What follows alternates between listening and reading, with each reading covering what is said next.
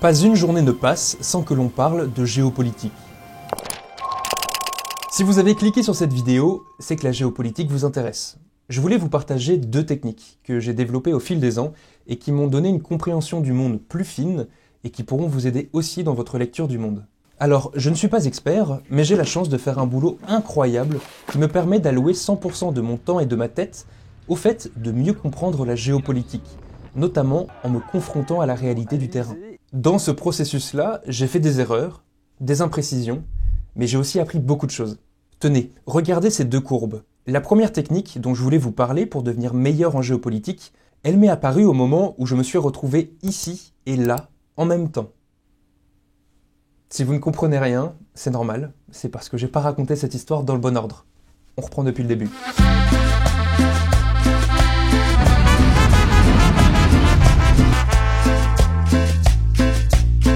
Bienvenue au Mexique. On est en 2020 et je viens de passer 2 mois sur les routes migratoires à côtoyer des dizaines de personnes qui quittent leur Amérique centrale natale pour tenter leur chance aux États-Unis. J'ai aussi interviewé des habitants, des policiers, des bonnes sœurs qui tiennent des lieux d'accueil et j'ai fait des centaines de kilomètres au passage.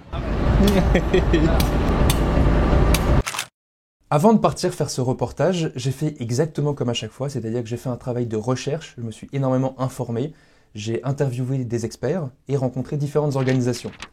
Avant de partir en reportage, j'avais l'impression de maîtriser globalement le sujet. Une fois sur place, après 2 mois à n'avoir travaillé que sur ce sujet-là du matin au soir et parfois même la nuit, mon impression de maîtriser le sujet aurait dû augmenter encore plus. Et pourtant, comme après chaque reportage que j'ai fait sur une nouvelle thématique, quand je rentrais, je ressentais de la confusion, une forme de flottement. J'avais l'impression de moins bien maîtriser le sujet qu'avant mon départ. Ça m'avait fait ça en rentrant d'un reportage sur le braconnage, ou bien d'un autre sur la dissuasion nucléaire, ou encore sur la lutte contre les trafics. Mais cette fois-ci, en 2020, ce sentiment après ce reportage sur les migrations m'a troublé plus que les autres fois. J'ai donc pris du temps pour y réfléchir, à l'écart du monde pendant quelques jours. Seule une énième patrouille de police mexicaine me permettra d'interagir avec d'autres humains ces quelques jours-là. Tiens là, c'est bien. Ah, le spot. Ah, par contre, les 2 coups de feu que je viens d'entendre là, c'est pas méga rassurant. J'ai fini par dessiner dans mon carnet ceci. C'est la tendance de ce que j'ai pu ressentir pour chaque reportage que j'avais réalisé jusque-là. Avant de partir, j'engrange de l'information, je fais un gros travail de recherche, je m'informe, et donc l'impression de maîtriser le sujet augmente plutôt vite. Une fois que je suis parti, l'information qui avant ne m'était apportée que par des mots, que par des graphiques, des photos, des cartes, là, je les vis, je les vois, je les ressens, et étrangement dans ce processus-là, l'impression de maîtriser le sujet diminue. Cela a duré jusqu'à cette nuit précise où j'ai enfin compris pourquoi. En fait, avant de partir, je mettais le focus uniquement sur ce que je savais du sujet et je projetais dans ma tête une estimation de ce qu'il me restait encore à découvrir pour vraiment bien maîtriser le sujet. Ok, donc ce sujet, je me suis informé sur ça, ok, je pense que ça, je le maîtrise pas trop, ça non plus, là, il me reste encore autre chose à comprendre. Ok, donc basé sur ces éléments-là, je fais une estimation de voilà ce qui me reste encore à apprendre pour vraiment bien maîtriser le sujet. Le problème, c'est que c'est extrêmement difficile de faire cette estimation, justement parce qu'on ne sait pas ce qu'on ne connaît pas encore. Et face à des sujets aussi complexes, aussi profonds et aussi embriqués, on ne se rend pas compte et on a tendance à sous-estimer la quantité incroyable d'informations qui se cachent dans ces sujets-là. Et donc, on a tendance à faire une estimation plutôt basse. Le lendemain, en captant un peu de réseau, je me suis rendu compte que j'avais complètement paraphrasé Confucius pendant la nuit, de manière très grossière, j'espère qu'il m'en voudra pas. Il a dit « Savoir que l'on sait ce que l'on sait, et savoir que l'on ne sait pas ce que l'on ne sait pas, voilà la véritable intelligence. » Et dit autrement, cela signifie que la vraie connaissance d'un sujet, c'est de savoir ce que l'on connaît d'un sujet, mais aussi de connaître l'étendue de son ignorance, d'être capable de mesurer ce qu'on ne connaît pas encore de ce sujet. Si j'avais l'impression de moins bien maîtriser le sujet après mon reportage, ce n'est pas parce que j'avais moins de connaissances. C'est parce que cette expérience sur le terrain m'a fait comprendre que la quantité d'informations que je devais connaître pour vraiment bien maîtriser le sujet était beaucoup plus étendue que tout ce que j'avais pu m'imaginer. Et ça, forcément, ça provoque un vertige, un petit malaise, quand ça survient après un moment où j'étais déjà convaincu de comprendre globalement le sujet. Si je vous parle de tout ça, c'est parce que depuis ce jour-là, j'ai décidé de me représenter les sujets de géopolitique autrement dans ma tête, afin de mieux estimer ce que je ne connais pas encore. Tout le monde démarre avec une zone recouverte de brouillard, et selon nos expériences, nos lectures, les documentaires que l'on regarde, la manière que l'on a de s'informer, le brouillard se dissipe et découvre peu à peu certaines zones. L'idée, vous l'avez compris, c'est d'avoir un repère visuel d'où on en est et d'explorer l'étendue de notre ignorance sur un sujet. Si chacun en faisait ses cartes sur un sujet et qu'on les comparait, je pense que personne n'aurait les mêmes, et surtout personne ne pourrait prétendre n'avoir aucune zone d'ombre sur sa carte. Je pense bien que c'est impossible compte tenu de la complexité des enjeux, mais l'idée c'est vraiment de tendre vers une carte toujours plus découverte. Si je reprends mon expérience personnelle sur le sujet des migrations, après ce reportage-là au Mexique, j'ai eu l'occasion de faire d'autres déplacements au Sénégal, à Ceuta et Gibraltar, en France et le long de la frontière entre la Thaïlande et la Birmanie. J'ai pu rencontrer des dizaines et des dizaines d'acteurs impliqués sur le terrain, des experts, des humanitaires. J'ai mieux pris conscience du périmètre de ce sujet incroyablement dense en découvrant de nouvelles zones. Et étrangement, depuis que j'ai adopté cette technique et que je mets le focus en partie sur ce que je ne maîtrise pas encore, mon impression de maîtriser le sujet augmente à nouveau.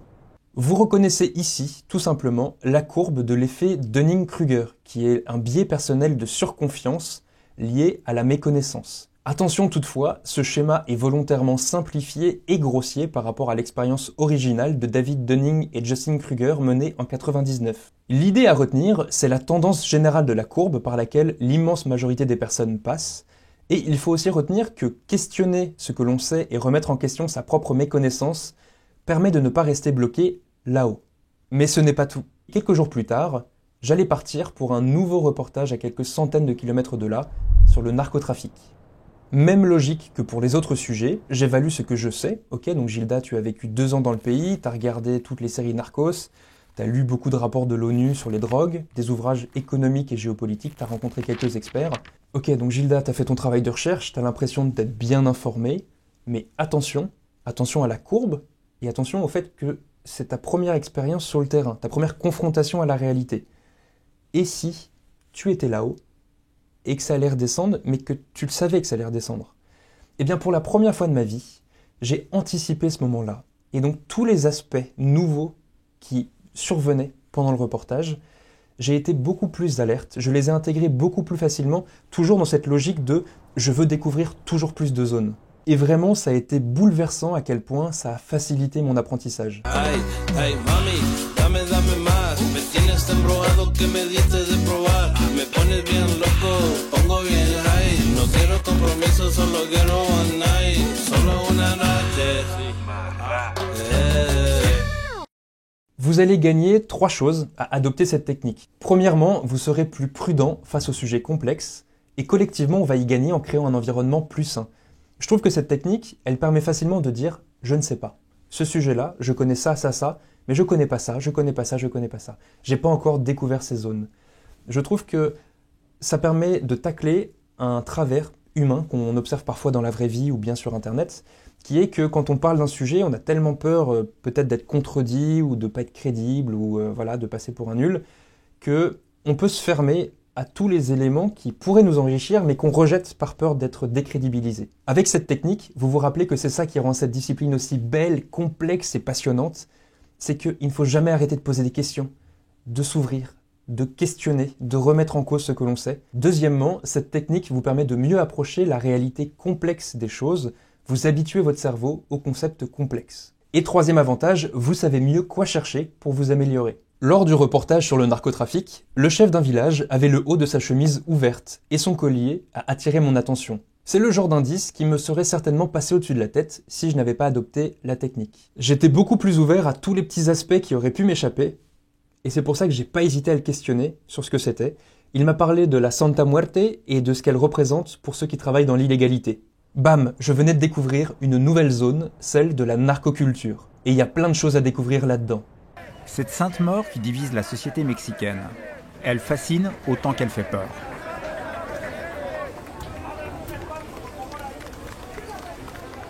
Sainte protectrice des narcotrafiquants, des prostituées, des voleurs à la tire, des marchands ambulants, la Santa Muerte est la vierge d'un culte dont la pratique est de plus en plus importante. Avant de passer à la deuxième technique, je voulais vous donner un conseil qui est celui de se rendre sur un Netflix 100% géopolitique, que j'ai développé en plus du contenu que je fais sur YouTube, TikTok et Instagram. La plateforme s'appelle Mr Geopolitics TV. Il y a dessus plus de 500 documentaires géopolitiques pour le moment, dont certains sont primés. Ils ont été choisis par mes soins et dont les droits d'exploitation sont payés pour avoir le droit de les utiliser. Cette plateforme est là pour vous aider à éclairer de nouvelles zones d'ombre, à booster vos connaissances, à continuer de vous ouvrir sur le monde et à vous offrir une vision plus claire et structurée de la géopolitique. Il faut bien comprendre qu'au combat, en fait, entre un ennemi et un appareil qui va chercher à tirer, on va chercher à tirer le plus loin possible pour se mettre à l'abri des coups de l'ennemi. Vous imaginez bien que si on peut tirer quelque chose à 6 ou 8 km, en dehors de la portée des armes et des vues de l'ennemi, c'est beaucoup plus intéressant parce que On mange, on boit, et tout ce qui entre dans notre corps finit par en ressortir. Et personne n'ose en parler. C'est absurde. On ne doit pas dire merde, et c'est une partie du problème. Okay, can you tell me what was his responsibility with Sudash and what it consists of? Les invasions de criquets évoquent dans l'imaginaire collectif le symbole du fléau par excellence. À Madagascar, cet étrange phénomène de la nature a été récemment d'une telle intensité qu'il a... L'Arctique a longtemps été le principal champ de bataille de la guerre froide, dans les airs et sous les glaces. Des sous-marins armés de missiles nucléaires, soviétiques et américains, y étaient stationnés. Pendant plus de 40 ans, les deux grandes puissances se sont défiées à l'aide des technologies les plus avancées. Technologies de guerre, mais aussi de renseignement, qui ont permis de collecter des données sur la principale menace qui pèse aujourd'hui sur notre planète, le changement climatique. Ваш покорный слуга друг или не друг. Я не друг, и не невеста, и не жених. Я президент Российской Федерации. 146 миллионов человек. У этих людей есть свои интересы, и я обязан их отстаивать. La plateforme évolue de jour en jour. De nouveaux documentaires s'y rajoutent chaque mois, et puisque vous êtes toujours plus nombreux à vous y être abonnés, je vais à présent y publier mes vidéos en avant-première. Dans quelques jours, vous y retrouverez mon dernier reportage sur les impacts géopolitiques du dérèglement climatique, qui n'arrivera que plus tard sur YouTube. L'abonnement est normalement de 4,99 € par mois, mais avec le code promo MGTV, vous payez dès à présent 2,99 € par mois sans aucun engagement, soit 36 € l'année. Pour le prix d'un café à Paris par mois, vous boostez vos connaissances, vous limitez le temps de scrollage sur les réseaux. De mon côté, je peux choisir les nouveaux documentaires qui arrivent en fonction de vos demandes et de vos retours.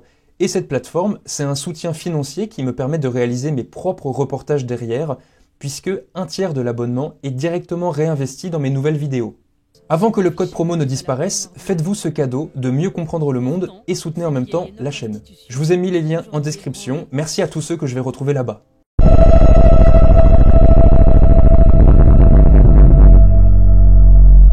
En 2023 et 2024, j'ai eu la chance d'assister à 3 rencontres entre le président français et des dirigeants étrangers. Joe Biden, Kassym-Jomart Tokayev au Kazakhstan et Narendra Modi en Inde. Ces rencontres diplomatiques m'ont permis d'affiner mes propres connaissances, mais aussi de mieux comprendre la réalité dans laquelle se trouvent les chefs d'État.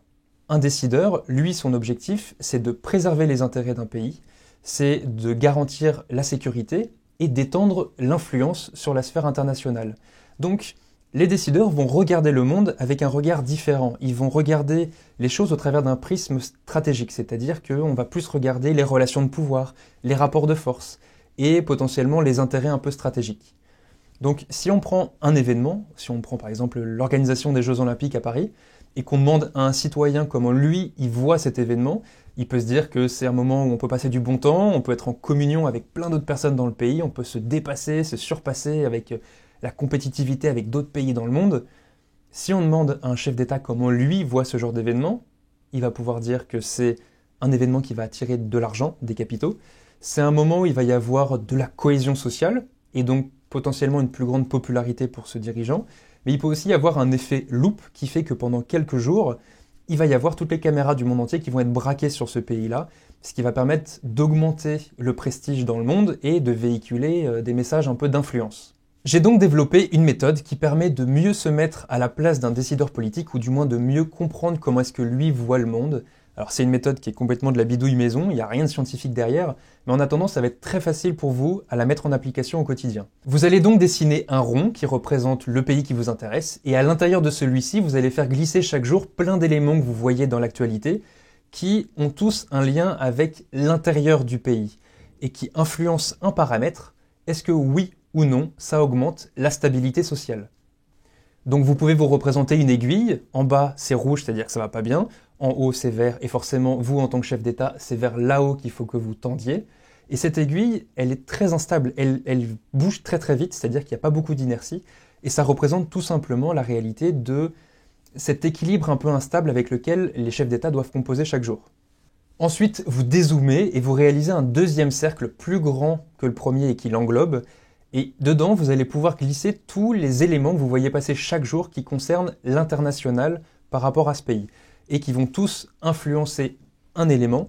Est-ce que oui ou non, cela augmente le prestige de ce pays? Est-ce que oui ou non, ça augmente l'influence? Maintenant que vous avez cette méthode, essayez chaque jour, quand vous vous informez, de glisser les informations que vous voyez passer pour comprendre comment ça bouge pour un pays ou pour un autre. Si on prend par exemple le cas de l'Espagne, récemment il y a des inondations. Ok, en interne, il y a eu beaucoup de contestations, donc effectivement un peu moins de cohésion sociale. Au niveau extérieur, ça a renvoyé un message de on n'a pas réussi à prévoir et à répondre à cette crise, donc ça nous égratine un petit peu nos points de prestige. Si on est par exemple en plein Covid et qu'il faut trouver le vaccin, si la course au vaccin était telle, c'est qu'en interne et en externe, ça peut donner des points de prestige et des points aussi de rémunération. Si on est par exemple l'Arabie Saoudite et qu'il y a l'augmentation du cours du pétrole, potentiellement ça va être plus de revenus en interne, ce qui est plutôt une bonne chose. Mais si on est un pays consommateur de ce pétrole-là, et par exemple la France, ça va se traduire par un prix à la pompe qui est plus élevé, donc il risque d'y avoir des contestations, donc c'est plutôt négatif. Voilà, essayez de jouer avec ces aiguilles, de comprendre comment ça fonctionne. Encore une fois, c'est pas parfait, mais ça dégrossit énormément. Et surtout, ça vous fait prendre conscience à quel point la fonction de décideur politique est un métier compliqué. Voilà, c'est tout pour aujourd'hui. J'ai vraiment adoré travailler sur cette vidéo. Donc dites-moi si ce format vous plaît, parce que j'ai plein d'autres techniques comme ça et de petites bidouilles maison à vous partager. Avant que le code promo ne disparaisse, on se retrouve tout de suite sur Mister Geopolitics TV pour regarder plein de documentaires pour booster nos connaissances et pour que vous ayez accès à mon prochain reportage en avant-première d'ici peu.